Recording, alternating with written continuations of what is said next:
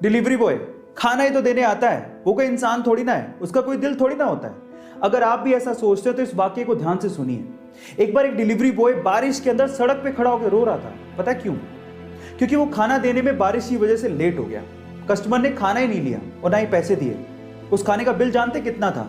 3800 रुपए, जो कि अब उस डिलीवरी बॉय की सैलरी से कटने वाला था, जिसकी खुद की महीने की सैलरी 10,000 रुपए। अब आप सोचिएगा कि वो डिलीवरी बॉय क्यों रो रहा था।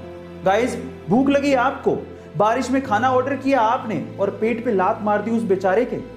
ये सही नहीं है। गाइस, इस वीडियो को इतना शेयर करो ना कि अगली बार कोई ऐसा करने की हरकत ना करे।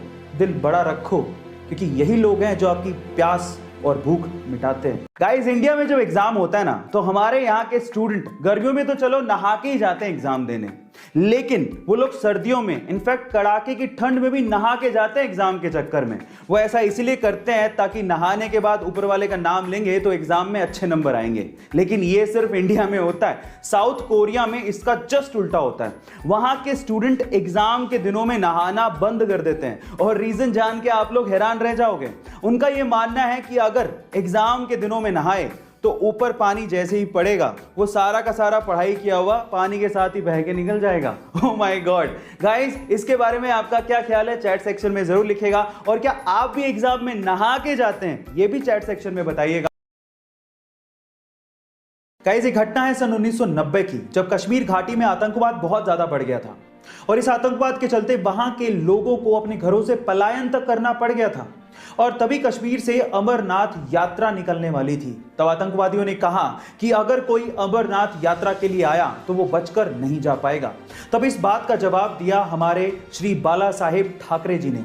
उन्होंने कहा कि हज की सारी फ्लाइट्स मुंबई से जाती हैं, और अगर आप लोगों ने अमरनाथ यात्रा को रोकने की कोशिश करी तो हज वाले हज भी नहीं जा पाएंगे। और इसका असर यह हुआ कि अगले दिन अमरनाथ यात्रा शुरू हो गई और आतंकवादियों ने अमरनाथ यात्रियों को कुछ भी नहीं किया। गाइस, इसे कहते हैं शेर की दहाड़। आपको ये सुन के कैसा लगा? चैट सेक्शन में जरूर लिख। चलिए गाइस, एक जिंदगी की पहेली पूछता हूं। मान लीजिए कि आप कार से जा रहे हैं और भयंकर तूफान आ रहा है, और आप अचानक से बस स्टैंड के सामने से निकलते हैं और वहां पर 3 लोग खड़े हैं। पहली एक बूढ़ी औरत जिसे तुरंत अस्पताल ले जाने की जरूरत है, दूसरा वो आदमी जिसने कभी जिंदगी में आपकी जान बचाई थी, और तीसरा वो व्यक्ति जिसे आप जीवन साथी बनाना चाहते हैं। अब अगर आपकी कार में सिर्फ 2 लोगों के बैठने की जगह हो तो आप किसे बिठाएंगे? ये सवाल है। आराम से वीडियो को पॉज करिए और फिर जवाब दीजिए। चलिए मैं आपको इसका आंसर बताता हूं। देखिए, बहुत सिंपल है।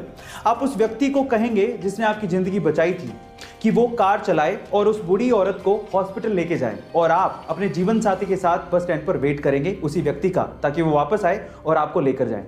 गाइस, ऐसे अमेजिंग प्रश्नों के लिए हमारे चैनल को सब्सक्राइब कर लीजिए, और अगर आप इंस्टाग्राम पे देख रहे हैं तो मुझे फॉलो करना मत भूलिएगा। मिलते हैं अगली वीडियो में।